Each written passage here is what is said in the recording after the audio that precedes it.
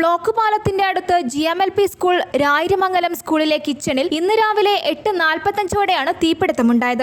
നമ്മളെ താനൂർ GMLP സ്കൂളിൽ അടുത്ത കാലത്ത് തന്നെ 100ാം വാർഷികം ഞങ്ങൾ ആഘോഷിക്കാനുള്ള രീതിയിലായിരുന്നു. അതിനെ ഒരു പരസ്യം കൂടി ആവുമെന്ന് വിചാരിക്കുന്നത്. പക്ഷേ ഞങ്ങളിൽ ഭയങ്കരമായ സങ്കടം ഇതായത് ഞങ്ങൾ ഫയർഫോഴ്സ് വന്നിട്ട് വെറുതെ കണ്ടിട്ടാണ് ഓടി വന്നത്.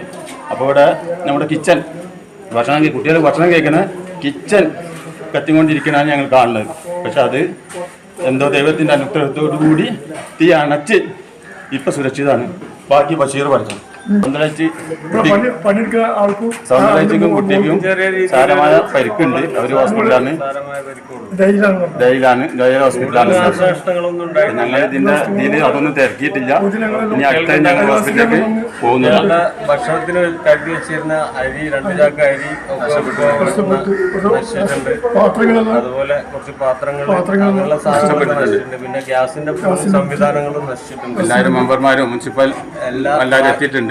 അവരെല്ലാവരും കൂടി ഇതിന് ഒരു പരിഹാരം കാണണമെന്ന് ഞാൻ നാട്ടുകാരായ ഇവിടുത്തെ പൂർവ്വ വിദ്യാർത്ഥികളായ ഞങ്ങൾ ആവശ്യപ്പെടുകയാണ്. ഞങ്ങളെ 100ാം വാർഷികം കൂടിയാണ്. അപ്പോൾ അതിൻ്റെ പേരിൽ സ്കൂളിന് ഒന്നും ചെയ്യാൻ കഴിയാത്ത അവസ്ഥയാണ്. അതുകൊണ്ട് ഇത് കണ്ടറിഞ്ഞിട്ട് നിയമപാലകന്മാർ ഇതിന് നഷ്ടപരിഹാരം കൊടുക്കണമെന്ന് വിനീതമായി അഭ്യർത്ഥിക്കാം.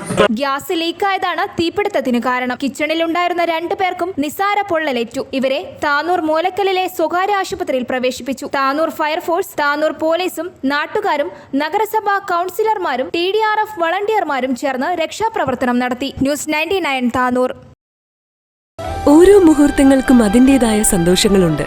അതിൽ ചിലത് ഒരിക്കലും മറക്കാൻ പറ്റാത്തതും. Azad gold and diamonds, Thazhepalam, Tirur.